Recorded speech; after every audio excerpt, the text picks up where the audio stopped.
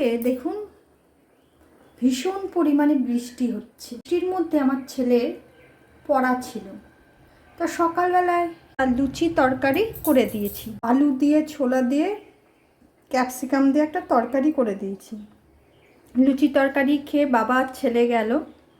বাবা গেছে অফিসে আর ছেলে গেছে পড়তে। এসে আবার তারা লাঞ্চটা করবে। তা আবার সকালে রান্না করেছি, আবার দুপুরে রান্না করবো, আর ভালো লাগছে না। তাই সকালে যে তরকারিটা ছিল সেটাকেই মডিফাই করে চালিয়ে দেব। বলে না এক ঢিলে দুই পাখি মারা, ফাঁকিবাজি রান্না, সেটা হচ্ছে আজকে আমি করব। এই যে এটা সকালে জলখাবারে করেছিলাম, আর সোয়াবিন ভিজিয়েছি। সোয়াবিনটা একটু গরম জলে ভিজিয়ে সেদ্ধ করে নিয়েছি। এটা ছোট সোয়াবিন। এখানে মশলা করেছি, টমেটো, আদা, রসুন, পেঁয়াজ, লঙ্কা বেটে নিয়েছি। এবার চলুন কি করা যায় দেখা যাক। তেলটা গরম করতে দিয়েছি, সর্ষের তেল। এর মধ্যে জিরা দিব। জিরাটা একটু ভাজা ভাজা হয়ে গেছে, তারপরে যে মশলাটা করেছিলাম সেই মশলাটা দিয়ে দিলাম। মশলাটা দেওয়ার পর এর মধ্যে বেসিক মশলা দিয়ে দিয়েছি, হলুদ গুঁড়ো, জিরা গুঁড়ো, স্বাদ মতন লবণ, আর দিব একটু লঙ্কার গুঁড়ো। লঙ্কার গুঁড়ো দিয়ে দিয়েছি। এবার এটাকে বেশ ভালো করে কষাবো। দেখুন মশলাটা থেকে তেল ছেড়ে দিয়েছে। মধ্যে আমি এই সোয়াবিনটা দিয়ে দেবো, দিয়ে এটাকে কষাবো।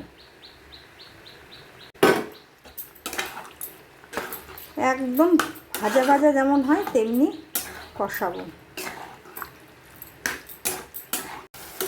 এই দেখুন শুকিয়ে গেছে। আর একটু শুকালেই সকালে যে তরকারিটা করেছি আলু দিয়ে দেবো। এই তরকারিটায় ধরুন এক্সট্রা করে আমাকে কোনো সবজি কাটতে হয়নি, যে আলু ছিল তাতেই হয়ে গেছে। আলু শুধুমাত্র সোয়াবিনটা আমাকে ভেজাতে হলো, গরম জলে সেদ্ধ করে নিতে হলো, আর ধরুন ওই মশলাটা, এছাড়া আর কোনো কিছু আমার খাটতে না। এই দেখুন এবার বেশ ভালোই ভাজা ভাজা হয়ে গেছে। এই রকম অবস্থায় সকালে তরকারিটা দিয়ে দিব এবং ভালোভাবে নেড়ে নিব। এবার গরম জল দিয়ে দিব। ঝোল করবো, নাহলে ধরে নেবে যে সকালের তরকারি খাই দিচ্ছে বলে। এই দেখুন আমার তরকারি হয়ে গেছে। এই অবস্থায় এবার আমি ঘি দিয়ে দিব, এবার গরম মশলা দিয়ে দিব, আর একটু চিনি দিয়ে দেবো।